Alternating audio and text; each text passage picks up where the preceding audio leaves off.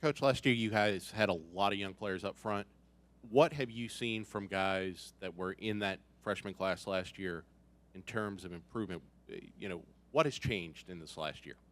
And the biggest thing that's changed is those guys as far as preparation. Obviously, they're a year into the program now. The way they trained over the spring, the way they trained over the summer, is getting bigger, stronger, faster. Just understanding, what it means to play as a unit. I think those guys have done a really good job. We'll go back behind the lights on the right side to Ben. Coach, just curious over the last few years, obviously you guys have had a lot of success on the recruiting trail with that defensive line unit. Curious what your message is to high-profile guys who, don't have anything against maybe A&M, but just see the numbers of guys in that room and, how they're going to work their way onto the field, not to be too concerned about that. The biggest thing is hopefully when they watch the film, they see that we like to roll guys. We like to play in units, and continue to keep guys fresh. So if they see that and they get a chance to hang around the guys, I think that trumps everything else as far as numbers. We'll go third row on the left side to Tyler and then Cole.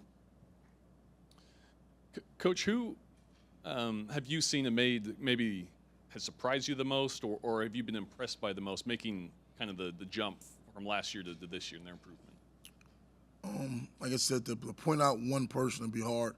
I think all those guys did a pretty good job. You look at the young guys, you look at Scarlett, look at Micaiah Overton, like at Gabe Dendy, all those guys are continuing to get better.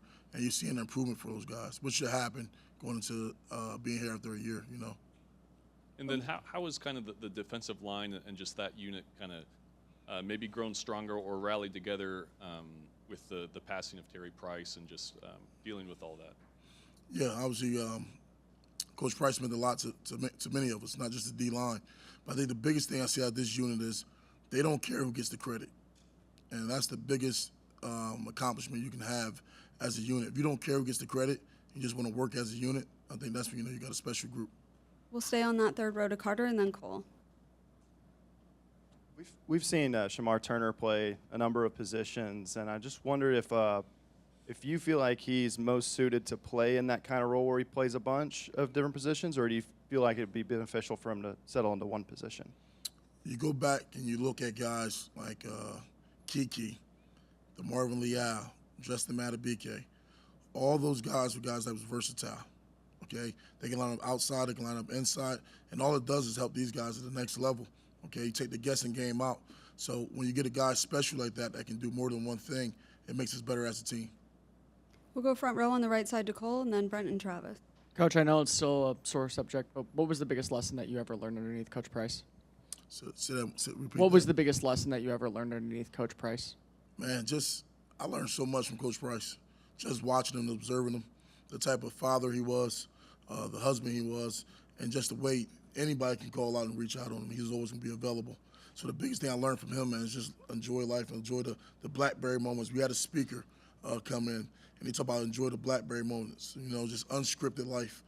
That's what I learned from Coach Price. Enjoy the small times, the small moments. And then you talk a little bit about versatility on the defensive line. With Walter shedding the weight, do you feel like he's going to be more versatile to work more inside, outside, or do you think he's still going to be permanently more of an inside guy? Well, he's a guy that we used at inside and outside last year as well. His role can increase as long as he can handle learning those roles, So he shedded some weight, but I think he kept his strength. So he'll be a guy that can be versatile for us as well. Stay on the front row to Brent and then Travis. Coach, your early impressions of the new indoor complex, I think it's one of the biggest in the nation, if not the biggest, and also kind of getting out of that 105-degree heat as well. Yeah, first of all, we're grateful, for those that made that available to us, and I think our guys, the moment they had a chance to walk in there and realize, man, we have an opportunity to get so much work done in there. And those guys know they're appreciative for everything we got here. So that makes it efficient for us to go from inside to outside, just having the space. So it helps us definitely, when we play inside. When you've recruited so well on the defensive line, how do you keep all of those guys happy? Is it better on the defensive line because you are able to maybe sub more freely? But how do you keep all those guys happy when you have so many kind of star players, I guess you'd say? I mentioned this earlier. When a unit, there's no distance of where a unit can go, as long as they understand that it doesn't matter who gets the credit. And those guys are close. They spend a lot of time together. They have a real relationship with each other. And those guys, they always talk about everybody shines together. That's what they say. So when you got a unit that's unselfish They don't care who gets the credit. It doesn't matter how many in the room, as long as we had a success at the end of the day. We'll stay on the front row to Travis. Coach, what new challenges does Bobby Petrino's offense bring to someone who's scheming defensively? Like I said, that whole offensive staff is an elite group of men. They do a really good job just coaching each unit up to the top tee. You know, so every day for us is, man, just attacking the ordinary things. And you have to do that and stay disciplined going against our offense.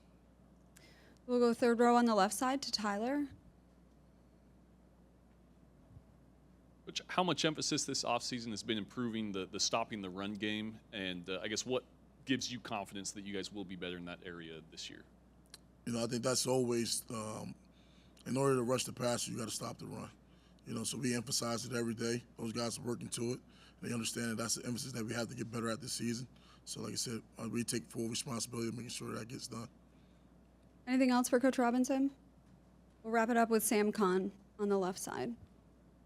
Rob, you've been here for a few years. I'm curious, what are your impressions about the way Coach Fisher runs this program, and what have you taken away from some of the things that he's implemented in this program?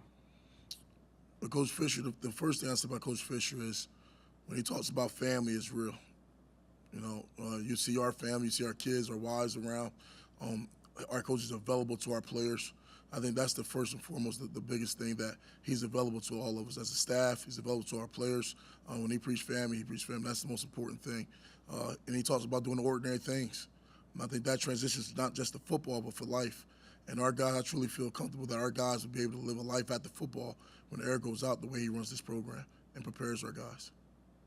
All right. Thank you, Coach. Thank you.